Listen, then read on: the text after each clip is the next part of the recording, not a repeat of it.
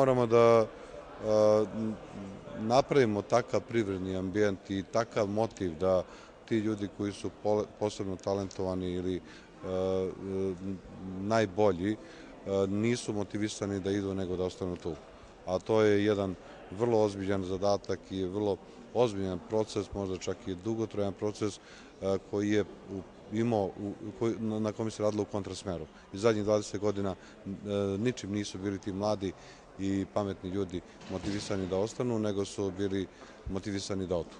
Sada moramo promeniti prosto praksu i učiniti nešto čime bi oni bili motivisani da ostanu, a tu pre svega ne mislim da se traži previše. Traži se da se normalno funkcioniše, normalno radi, zaradi za jedan normalan i pristojan život i formira porodica. Jer ti ljudi ne traže ništa ekstremno, jer oni posebno, niko od njih ne bi više voleo da ostanu tu i da se dokažu da od toga imaju koristi i oni, i država, i društvo, i privreda u celini.